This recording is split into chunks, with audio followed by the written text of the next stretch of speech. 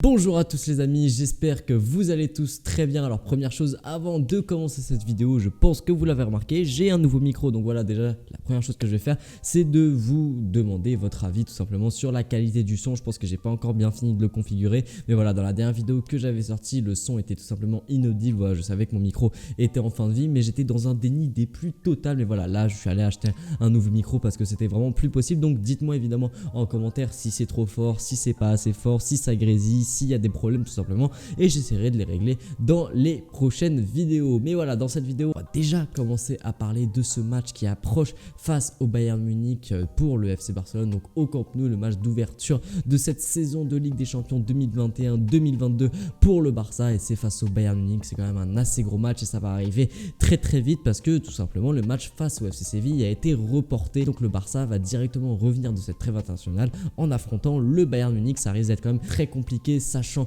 qu'il y a quand même pas mal d'absences et de blessures du côté du FC Barcelone. Et voilà, aujourd'hui je vais vous présenter mon 11 personnel évidemment pour affronter le Bayern Munich, pour essayer de mettre toutes les chances du côté du FC Barcelone face au Bayern Munich, pour voilà, pourquoi pas essayer d'arracher une victoire, même si on va pas se mentir, évidemment le Barça est outsider. Alors évidemment j'ai dû faire des choix, évidemment rien que dans la composition de départ j'ai dû faire des choix aussi, et évidemment que c'est une compo qui va peut-être faire un petit peu peur parce qu'il y a quand même pas mal d'absences, surtout en attaque du côté du FC Barcelone, donc ça risque d'être assez compliqué. Je me suis quand même bien creusé la tête, je vous avoue, c'était un sacré casse-tête pour pouvoir faire cette composition, et j'aimerais vraiment pas être à la place de Ronald Koeman à l'heure actuelle. Alors déjà dans les buts, voilà, ça va être Marc-André Ter Stegen comme d'habitude, je vais pas me justifier. On a vu avec Neto que c'était vraiment pas possible de les mettre en concurrence. Neto est bien trop mauvais et Ter Stegen est bien meilleur, en espérant évidemment que Ter Stegen cette saison va se réveiller, et ce match contre le Bayern pourrait vraiment être le match idéal tout simplement pour qu'il montre qu'il a retrouvé son niveau, parce que je pense que le Barça va concéder pas mal d'occasions. Ensuite on va directement passer à la défense, ça va être une défense à 3, et sur le côté droit de cette défense à 3 je vais mettre Oscar Mingueza. Voilà, avec le retour de blessure d'Oscar Mingueza, je vais le mettre titulaire directement, tout simplement parce que le Barça la saison dernière, on l'a bien vu, joue beaucoup mieux avec une défense à 3. Ronald Koeman en tant qu'entraîneur maîtrise bien mieux les compositions à 3 défenseurs, et Mingueza est peut-être le défenseur dans son rôle en tout cas le plus important lorsque le Barça évolue dans ce type de formation, dans ce type de système, parce que c'est le défenseur qui va décrocher le plus souvent. En fait c'est le défenseur qui va permettre aussi pourquoi pas de changer de formation, parce que dans une défense à 3 tu peux très vite passer dans une défense à 4 du coup avec un Mingueza latéral droit, parce que c'est un poste dans lequel il peut évoluer aussi. Donc voilà, ça peut être vraiment intéressant de revoir Mingueza à ce rôle dans lequel il avait vraiment excellé. C'était le joueur qui m'avait le plus surpris on va dire la saison dernière, avec Pedri évidemment, mais Pedri c'est à part parce que c'est vraiment au-dessus de tout le monde. Mais voilà, Mingueza c'était ma bonne surprise personnelle de la saison dernière, et j'espère qu'il va continuer. C'est un joueur qui est quand même assez rapide, donc il pourra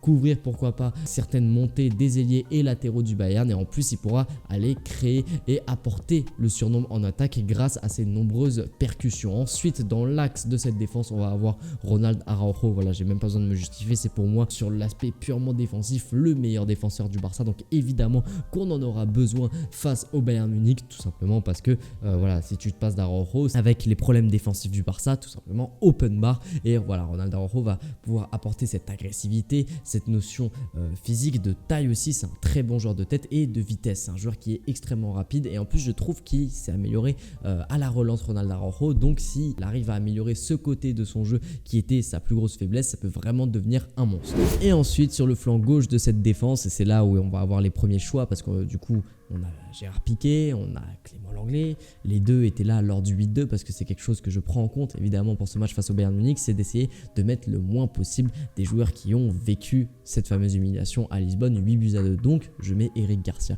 Eric Garcia qui est certes très jeune, ça te fait une défense qui est extrêmement jeune, avec très peu d'expérience malheureusement, mais je préfère clairement ça plutôt que de remettre un Gérard Piqué ou un Clément Lenglet qui sont complètement traumatisés par ces dernières années au FC Barcelone, qui sont complètement traumatisés par cette équipe du Bayern Munich, et en plus on a un Gérard Piqué Piqué qui revient de blessure et qui apparemment voudrait forcer pour jouer. On l'a vu ce que ça avait donné la dernière fois qu'il a fait ça, c'était face au Paris Saint-Germain, la défaite 4-1 où il n'avait pas été bon tout simplement. Donc Gérard Piqué c'est mort, Clément Lenglet je veux même pas en entendre parler, ça va être Eric Garcia qui on l'espère va réussir à hausser son niveau de jeu, qui on l'espère va réussir à tenir un petit peu le coup face à cette équipe du Bayern Munich qui va mettre énormément d'intensité, que ce soit offensivement ou au milieu de terrain ou défensivement. Il va falloir vraiment une équipe soudée et voilà, cette défense qui est très jeune et ça peut leur permettre peut-être s'ils sortent un gros match de passer un cap même dans leur carrière en général je pense, s'ils font un gros match mardi soir face au Bayern Munich. Ensuite on va passer du coup aux deux pistons. Alors sur le côté droit il est incertain, apparemment il se serait blessé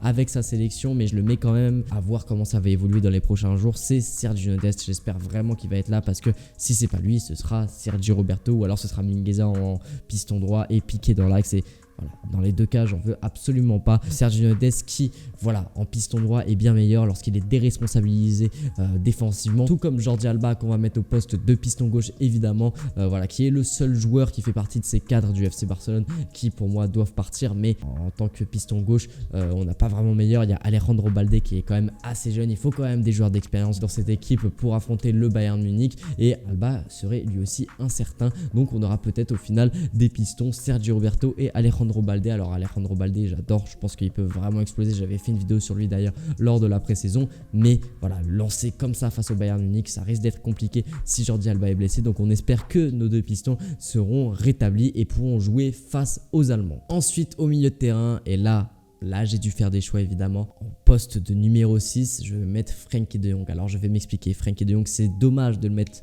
en numéro 6 parce que ça va le brider énormément, parce que son apport offensif lorsqu'il joue en numéro 8 est conséquent, mais je pense qu'on n'a pas le choix parce que c'est le seul joueur qui peut jouer numéro 6 à ce poste où d'habitude on retrouve Sergio Busquets, mais Sergio Busquets dans les matchs à forte intensité, on le sait, c'est impossible. Même au-delà des matchs à forte intensité, dès qu'il y a un tout petit peu d'intensité dans un match, Sergio Busquets il est complètement dépassé par les événements, il lâche complètement son axe. On l'a vu plusieurs fois face à l'Athletic Bilbao et face à Retafe notamment en Liga. Sergio Busquets, dès que ça part dans son dos, dès qu'il faut aller rattraper, dès que voilà, faut faire des courses et qu'il faut athlétiquement répondre présent, c'est quasiment impossible. Donc Frenkie de Jong, voilà, athlétiquement c'est sûrement pour moi le meilleur joueur du FC Barcelone, donc on est obligé de le mettre à ce poste de numéro 6 malheureusement, tout simplement parce qu'il n'y a personne d'autre. Alors évidemment que ça va brider le Barça offensivement, mais devant lui du coup j'ai mis deux créateurs. Alors le premier c'est évidemment Pedri, j'ai même pas besoin de me justifier sur la raison pour laquelle Pedri doit jouer ce match. Dans les espaces, entre les lignes, voilà, il va être nécessaire évidemment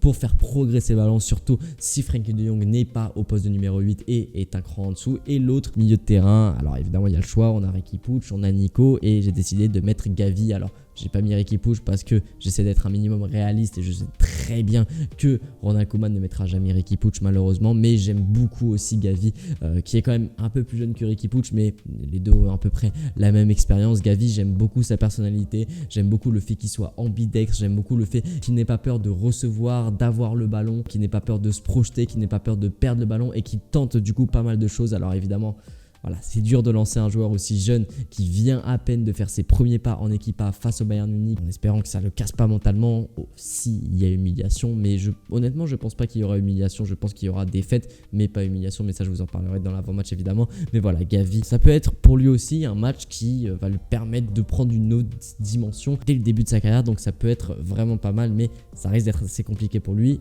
On n'a pas trop le choix. Voilà, je préfère clairement mettre un jeune qui a de l'envie, qui peut résister peut-être plus à de l'intensité qu'un Sergio Busquets qui lui voilà, est complètement cramé et qui n'est plus capable de tenir son poste, qui n'est plus capable de tenir l'axe parce que c'est quand même un milieu défensif Sergio Busquets à la base, et c'est là où c'est quand même assez inquiétant. Et ensuite en attaque on va mettre évidemment Memphis Depay, l'homme à tout faire du FC Barcelone, l'homme de ce début de saison, que ce soit du côté du FC Barcelone ou avec les Pays-Bas où là lors de la trêve internationale il enchaîne les buts, il met doublé, triplé, enfin il est exceptionnel et ça va être le joueur clé offensivement du FC Barcelone face au Bayern Munich. Et pour l'accompagner c'est assez compliqué, soit il y a Luc de Jong évidemment qui vient d'arriver, mais encore une fois il vient d'arriver, il est peut-être pas forcément prêt et jouer avec Luc de Jong face au Bayern c'est quand même assez compliqué, mais en même temps il y a cette connexion avec Memphis Depay, en même temps ça peut être aussi intéressant dos au but, qui peut jouer en remise sur Memphis Depay, qui a en plus une certaine connexion, ou alors on a Martin Braithwaite. Voilà, on a le choix entre Luc de Jong et Martin Braithwaite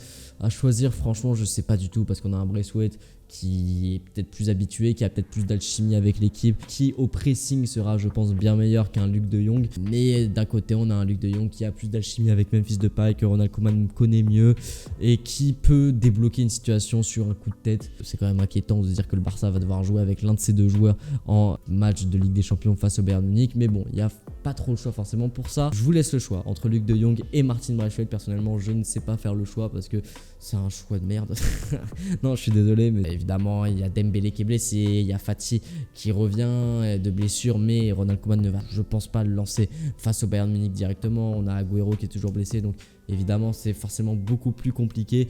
Ça nous oblige à mettre des joueurs jeunes, ça nous oblige à mettre des joueurs qui n'ont pas forcément le niveau pour le Barça et encore moins pour ce type de match. Déjà que l'effectif du Barça, quand il est au complet, quand il n'y a pas d'absence, pas de blessure, il est assez incomplet. Mais quand en plus de ça, il y a des joueurs qui sont disponibles, c'est vraiment la catastrophe. Donc voilà, après on peut aussi, pourquoi pas voir un Youssouf Demir. Pour l'instant, moi c'est la composition que je ferai, tout simplement parce qu'il n'y a pas d'ailier à l'heure actuelle au FC Barcelone. Donc le 3-5-2, il n'y a pas vraiment le choix. Et aussi parce que voilà, avec toutes les blessures, on n'a pas trop le choix que de mettre ces joueurs-là. Et surtout, j'ai pas envie vraiment de mettre Piqué, Sergio Busquets et Sergio Roberto. Busquets et Piqué dans l'axe face au Bayern Munich, c'est vraiment pas possible. Donc voilà les amis, j'espère que cette vidéo vous aura plu. C'était Franek, partagez, likez, abonnez-vous.